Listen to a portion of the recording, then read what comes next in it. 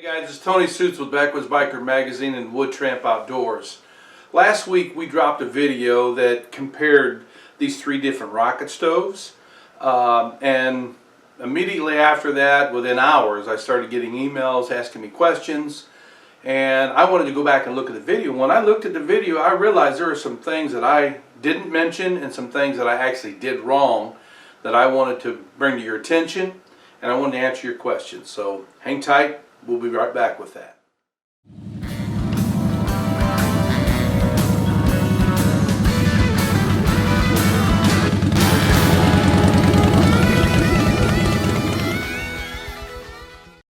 Alright guys, welcome back. The three stoves that you saw last week was the Hellfire rocket stove, the homemade rocket stove, and then this guy right here, the Silverfire Survivor rocket stove. Night and day between all three of these.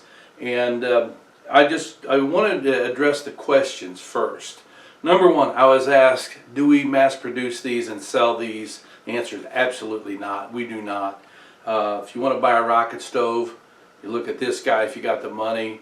You know, if you're in a tighter budget, you know, this guy here. But I mean, you can make your own. Just look at the video that we put out there. Really easy for under $30. That's the first question. The second one was, what insulation? Well, that's answered in there. It's just a ceramic blanket that goes around here, and it's on the bottom, you know, and that is a part of Larry Winiarski's 10 Principles of Rocket Stove Building, and I'll talk about Larry in a minute here. The other thing was that it was asked is, in my opinion, which is better, the homemade one or the Hellfire rocket stove? And in my opinion is not because we made this stove, it's just because of some of the principles that we put into this that are absent here. Airflow is very, very important. Not only that you have adequate airflow, but also if you have too much, it's going to ruin the burn.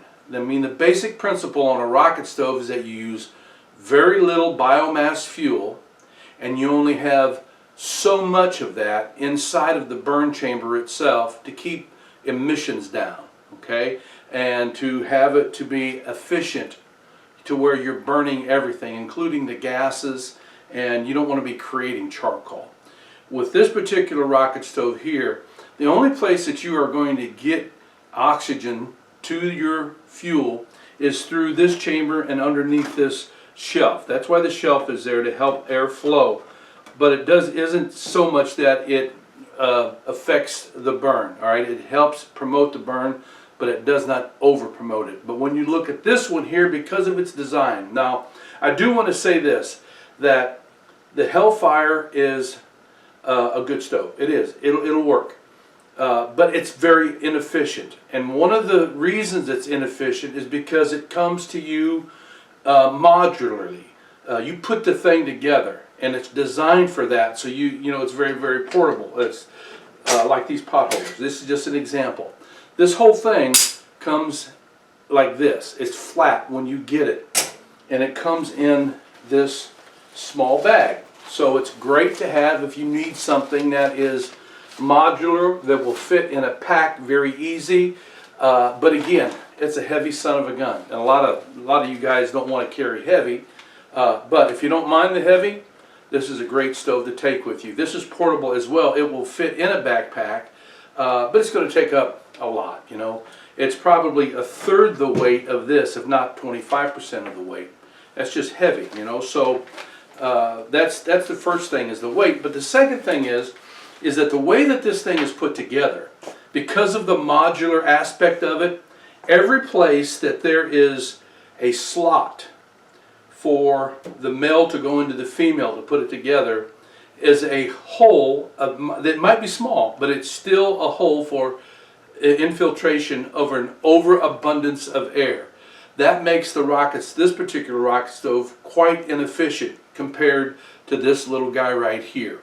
You know, again, it's a great rocket stove. It does its job. It's 90 bucks, right around there from Hellfire. You might be able to still get it from Battle Box, which to me, if you want a rocket stove, you're going to spend 90 bucks. You may as well spend another $10, go for their $99.99 subscription, and get one of these for your first Battle Box.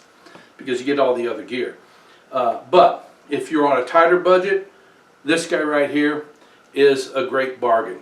Okay, now the things that I did want to mention to you, and I did say it in the last video, that you hear a lot of times rocket stoves are not rocket science.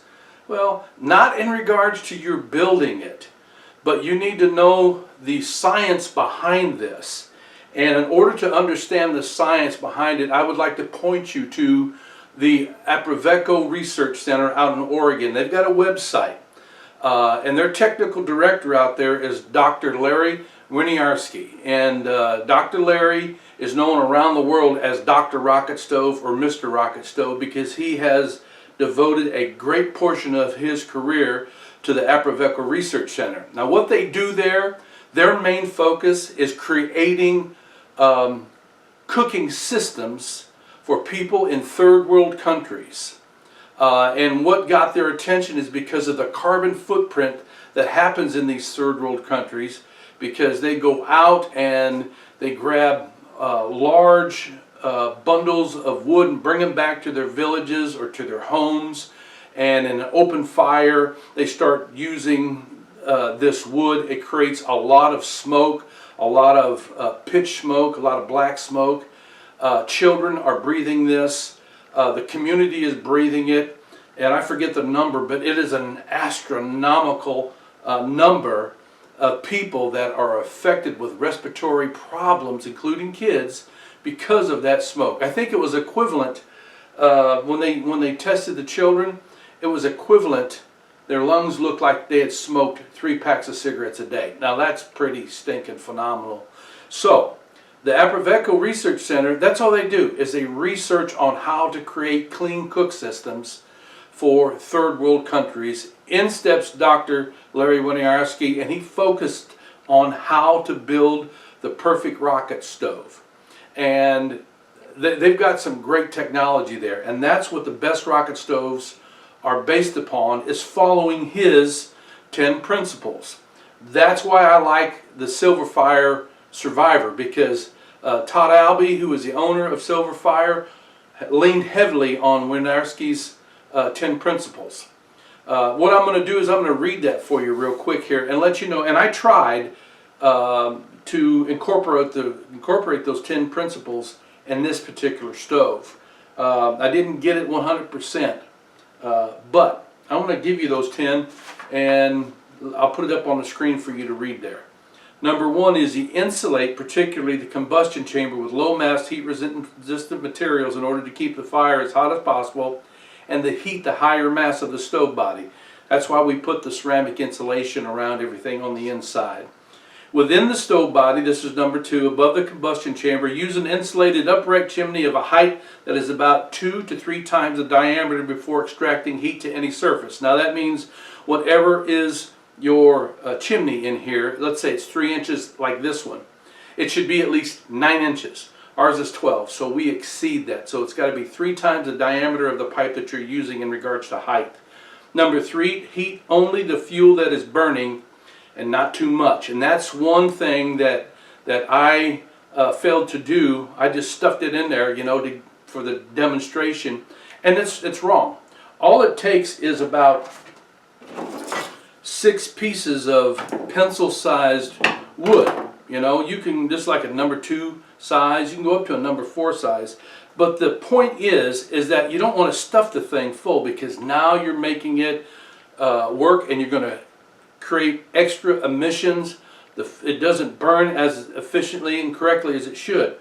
And when you put it in, you only put the tips of it into the burn chamber itself. You don't shove it back to the wall, but just the tips of it. And as the rocket stove does its magic, you have to continue to put those sticks in. You got to push them in, and that's why these stoves are made for quick meals or emergency boiling of water, things like that. It's not made for cooking stews and for long-term cooks. I mean, you could do it, but you're going to sit there and babysit it for hours, and it's really not designed for that. But that is really a key point, is that you just put the tips of these things in here about maybe 1/2 to 1 inch, and all you're burning is the end of those sticks. Number 4, maintain a good air velocity through the fuel. That means you don't stack these things together tight.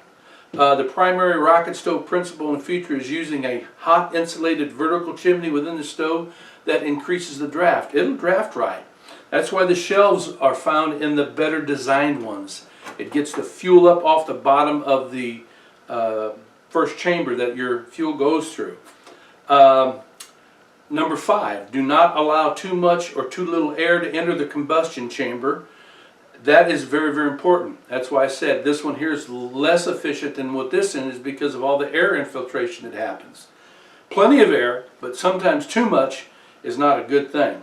All right, number 6, the cross-sectional area perpendicular to the flow of the combustion chamber should be sized within the range of power level to the stove. Now what that just means is that these should be somewhat equal. Your introduction chamber going into the fuel burning chamber itself, the chimney. You don't want them to be disproportionate too much. Number 7, elevate the fuel and distribute airflow around fuel surfaces. Again, that's what these shelves are for that you see here on the Silverfire rocket stove, the Survivor, and this particular one that we put together. You don't want the sticks all crammed together, I said that, all right? Number 8, arrange the fuel so that air largely flows through the glowing coals. Again, that's tied to the 7th principle. You don't want them so tight that you don't get proper airflow. And then number 9, throughout the stove, any place where hot gases flow, insulate from the higher mass of the stove body, only exposing pots, etc., to the direct heat. Okay, that is very, very important. If you don't have that insulation there, you're gonna lose a lot of your energy, a lot of your burning energy. All right, number 10, and this is, you know, to me is probably one of the most important principles here, is transfer the heat efficiently by making the gaps as narrow as possible between the insulation covering the stove body and surfaces to be heated. All right, but do this without choking the fire. Now, this would be a prime example of what not to do. All right, when we built this stove, we built it just, you know, flat up there. We didn't put any grate, we didn't put anything on there. We tried using a grate the first time, just a little flat grate, and it failed miserably, bunch of smoke. And we figured out, well, what the reason is it wasn't high enough, the pot wasn't high enough off of the surface, okay? You want it to be close enough to where you don't lose a lot of the energy from around the pot and it goes up in the air, but you don't want it so close that it chokes out your fire. So what we did is we just took simple 5/8 inch standard thread hex nuts and put them there, and then that way when we put the pot on there, it was the perfect height to allow enough oxygen, airflow, and not so much where you lose all the energy, you know, and that's why this burned better than this guy right here, okay? Now, if you look at the Silverfire has this incorporated on the top, and it is built such a way that it's chamfered down towards the chimney, and it creates a lot of airflow. I mean, you put that pot back up there, and it's a little bit higher than what this is. Perfect design right there.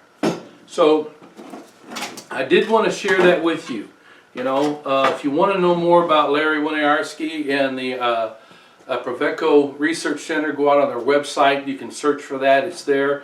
Those are some principles that I wanted to share with you. Wanted to answer those couple of questions that you had, and especially wanted to correct myself on this video to be able to show you.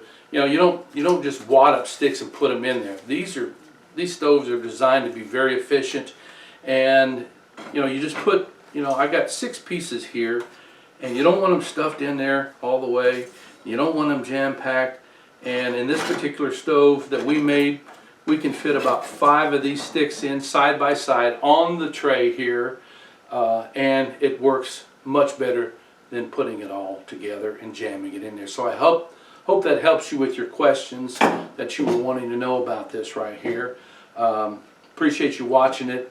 And I encourage you to stay tuned this week when we drop the video on this phenomenal, this is a phenomenal rocket stove from Silverfire, the Survivor.